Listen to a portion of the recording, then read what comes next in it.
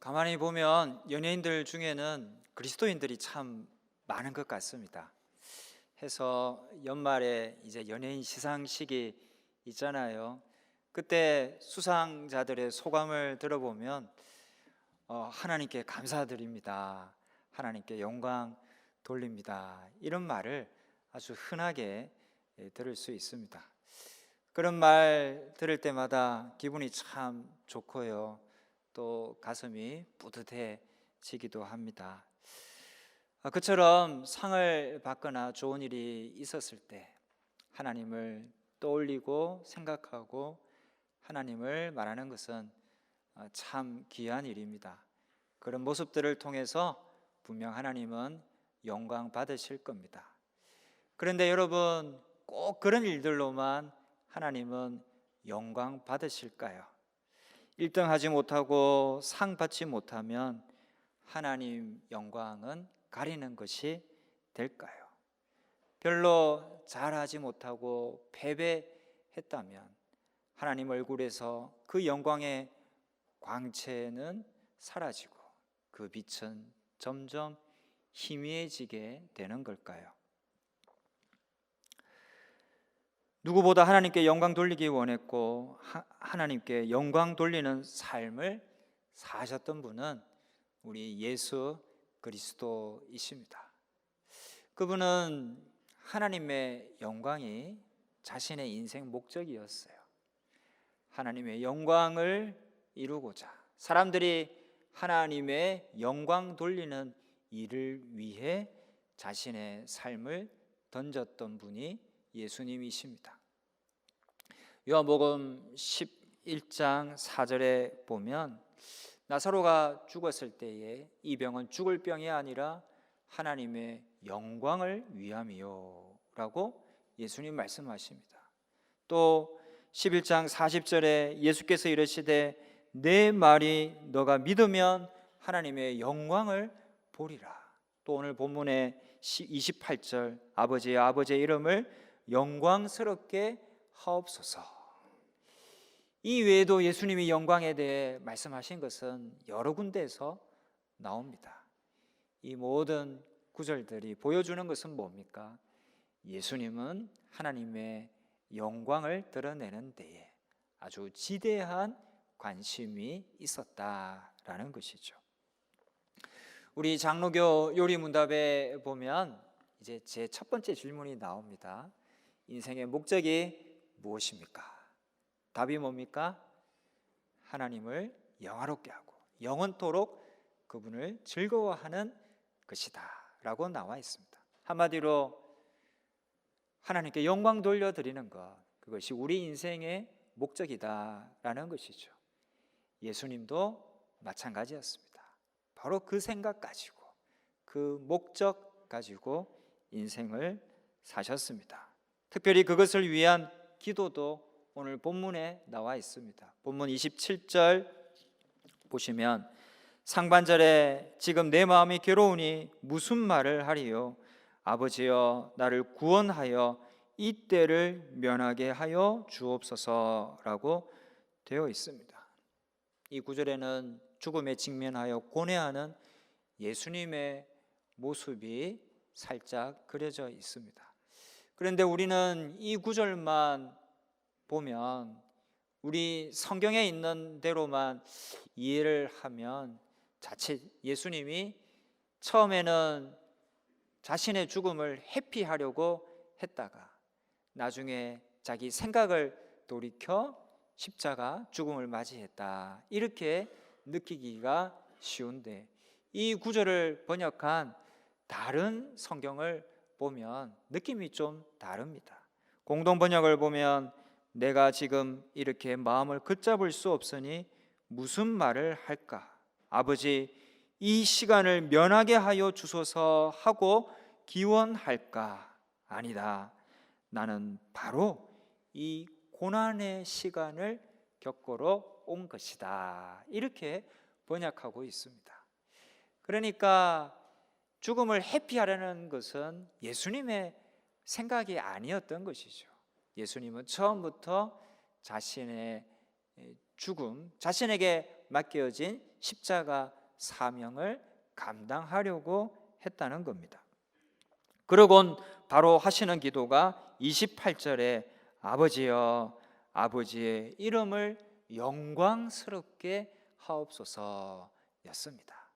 예수님은 자신은 죽더라도 하나님 이름이 높이 올려지기를, 하나님께 영광 돌리기를 갈망했던 겁니다. 그러자 하늘에서 들린 소리가 뭡니까? 28절 하반절에 이에 하늘에서 소리가 나서 이르되 내가 이미 영광스럽게 하였고 또다시 영광스럽게 하리라 라는 천둥 같은 소리가 들리게 되었습니다.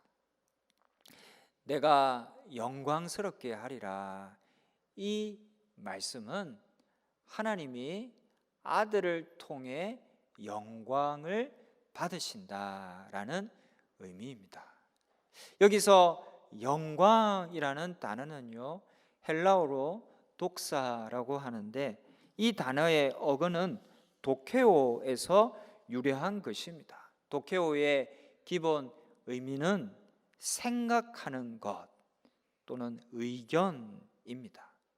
내가 생각하는 것을 말하는 것, 또 그렇게 말한 것이 실체로 드러나는 것을 영광이요 광채라고 하는 겁니다.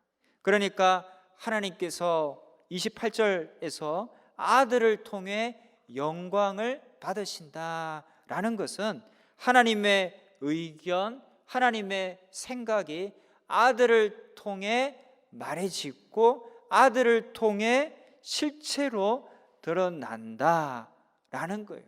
그럴 때 그것이 하나님께 영광이 된다라는 것입니다.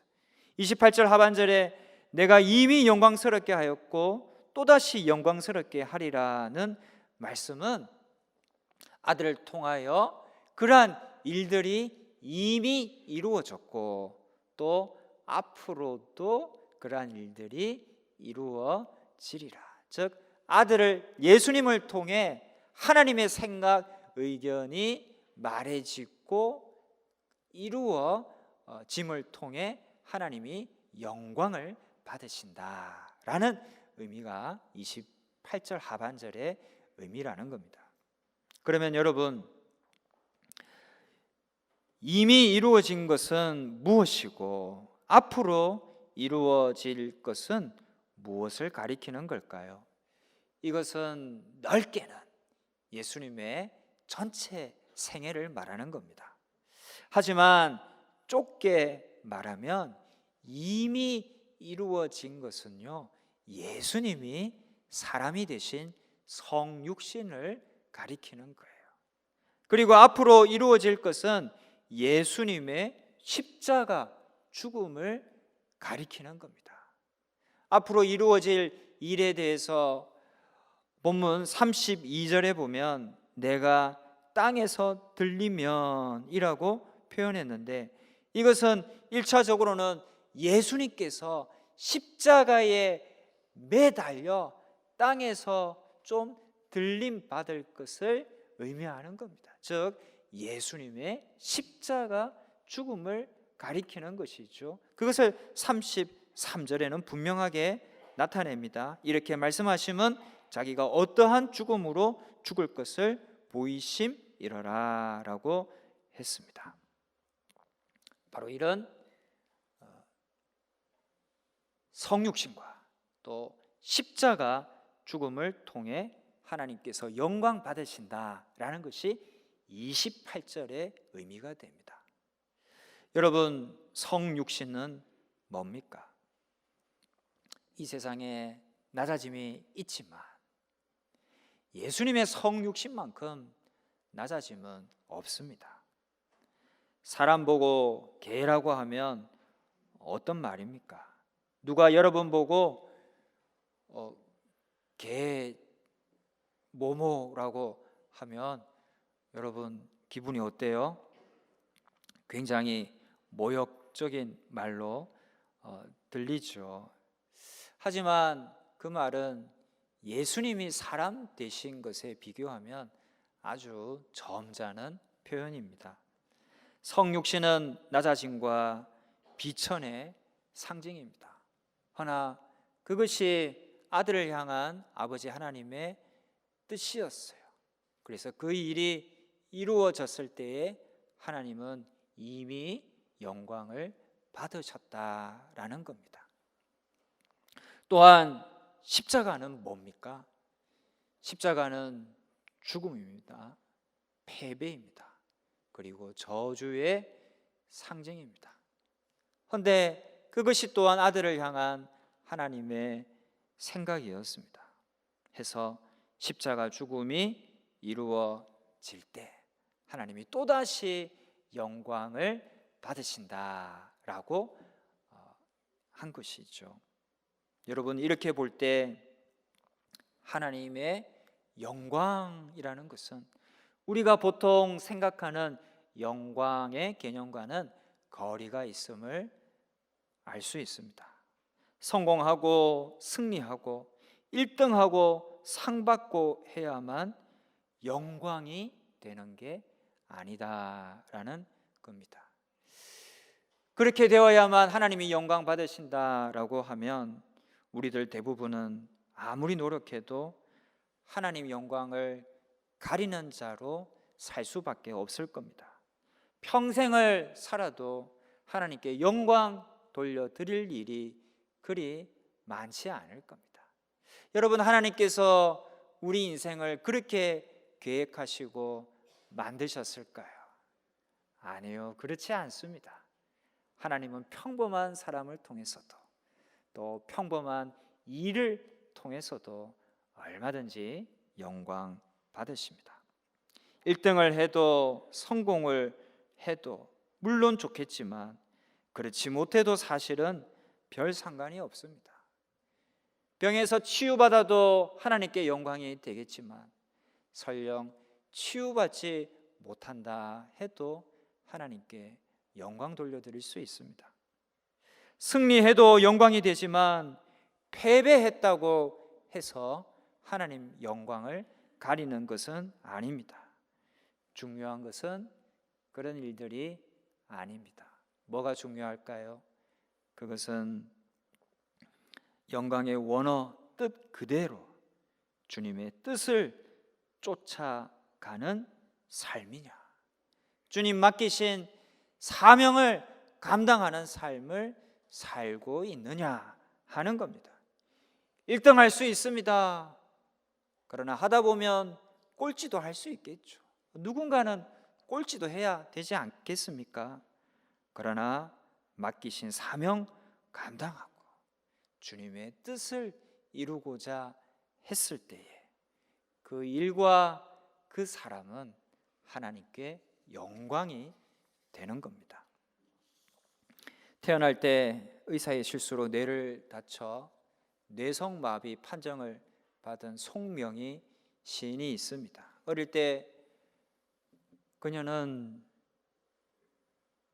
부모가 가난해서 치료는커녕 제대로 된 음식조차 제공받을 수 없었습니다. 어린 시절 고통은 마음까지 멍들게 했고 사춘기 소녀가 된 아이는 자신의 삶을 저주하며 반항했습니다. 한창 호기심도 꿈도 많은 10대 소녀의 시간은 도리어 극심한 절망의 시간이 되었습니다. 일어서기도 어려운 몸을 일으켜 창밖을 바라보면 창밖에서 벌어지는 모든 일들이 자신과는 상관없는 꿈같은 일뿐이었습니다. 아무도 없는 빈방에서 소녀가 부르짖을 수 있는 대상은 하나님뿐이었어요. 원망도 투정도 하나님 앞에 쏟아 놓았습니다. 그러자 눈물과 땀에 젖은 그녀의 가슴에 한 줄기 빛이 들어왔습니다. 하지만 가난과 외로움은 여전했고 작은 방 안에서 눈물 흘리는 날도 계속되었습니다. 그러던 중 하루는 하나님의 분명한 음성이 들려왔습니다. 그녀는 토막 연필을 잡고 들리는 대로 삐뚤삐뚤 글을 적어 나갔습니다. 그 글씨는 이 소녀의 고백이 되었습니다. 그 시는 노래가 되어 많은 사람들에게 불리어지게 되었습니다. 그 찬양은 우리가 잘 아는 나라는 찬양입니다. 가진 재물 없으나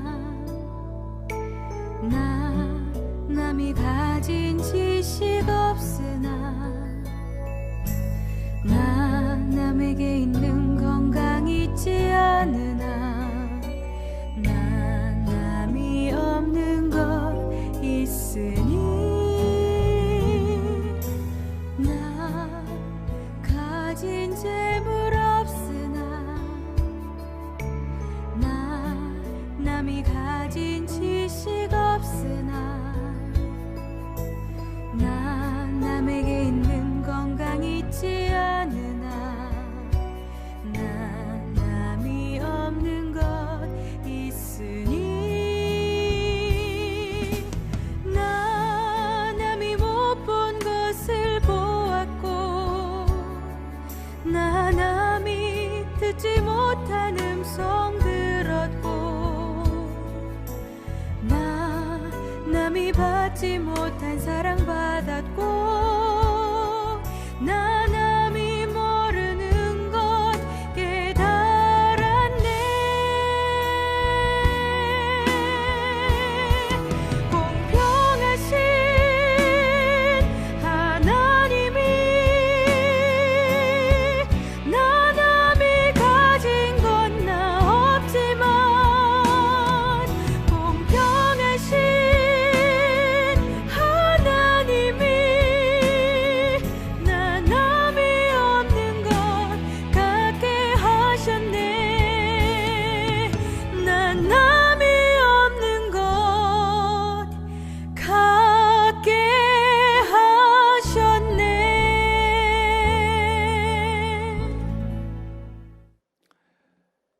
저 시와 찬양은 많은 사람들에게 하나님을 생각하게 만들었고 또 절망 중에 빠져 있는 많은 사람들을 다시 일으켜 세워 주었습니다. 저 찬양의 가사대로 재물이 없어도 지식이 없어도 그리고 건강이 없어도 하나님께 영광 돌릴 수 있는 겁니다. 한 번은 송명희 시인이 휠체어를 타고 방송에 나와서 저 찬양을 부르게 되었습니다. 특유의 일그러진 표정을 지으며 말하려고 애를 썼습니다. 박자는 물론이고 엄정까지 하나도 맞지 않았고 가사 전달조차 제대로 되지 않았습니다. 모든 것이 엉망인 찬양이었습니다. 별로 멋진 모습은 아니었죠. 그러나 하나님이 그에게 주신 사명을 감당한 아주 영광스러운 찬양이었습니다. 어느 유명 가수의 멋진 노래도 하나님께 영광이 되겠지만 이 시인의 음악적으로는 형편없는 노래라도 하나님께 얼마든지 영광이 될 수가 있는 겁니다. 여러분 많이 보시는지 모르겠는데 우리 교회 홈페이지에 들어가면 오른쪽 하단에 책 소개하는 코너가 있습니다.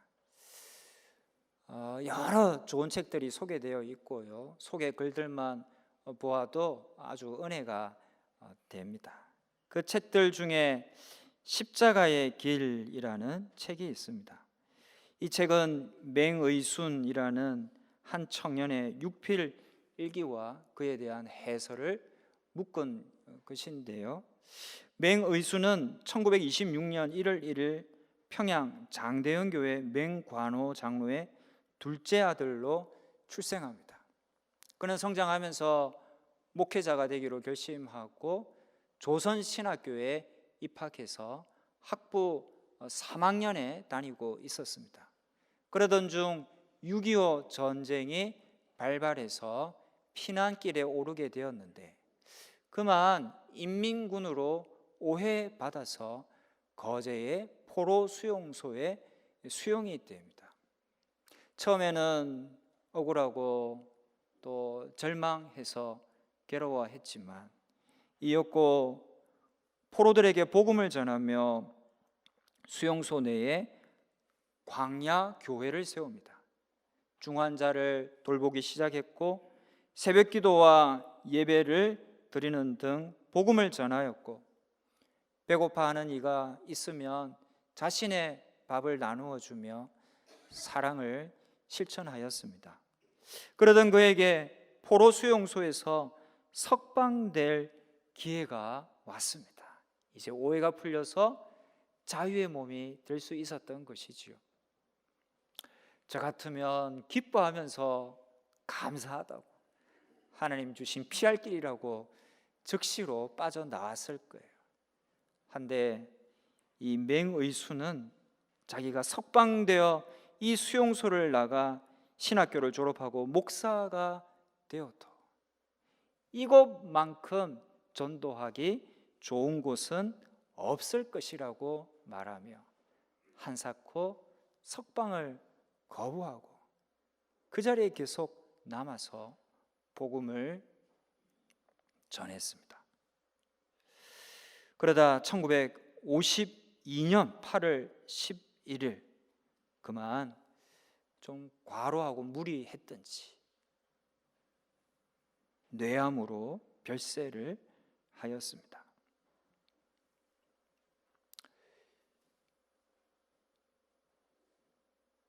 (26년 8개월의) 삶을 온전히 하나님과 이웃을 위해 바쳤던 청년 맹의순. 그는 그저 내 잘될 것만을 구하고 찾고 바라는 우리의 아니라고 이기적인 신앙생활의 모습과는 얼마나 대조적입니까? 그렇게 살다 그는 재수를 다 누리지 못했고 젊은 날 황금 같은 세월을 제대로 즐기지도 못했고 자유를 만끽하지도 못했습니다. 여러분, 그는 실패한 인생을 살았던 걸까요? 그는 일기에서 이렇게 적었습니다. 인생이 어떻게 되든지 하나님 안에서 그분의 뜻을 찾으며 감사해야 한다. 이것이 그분의 신앙이었습니다.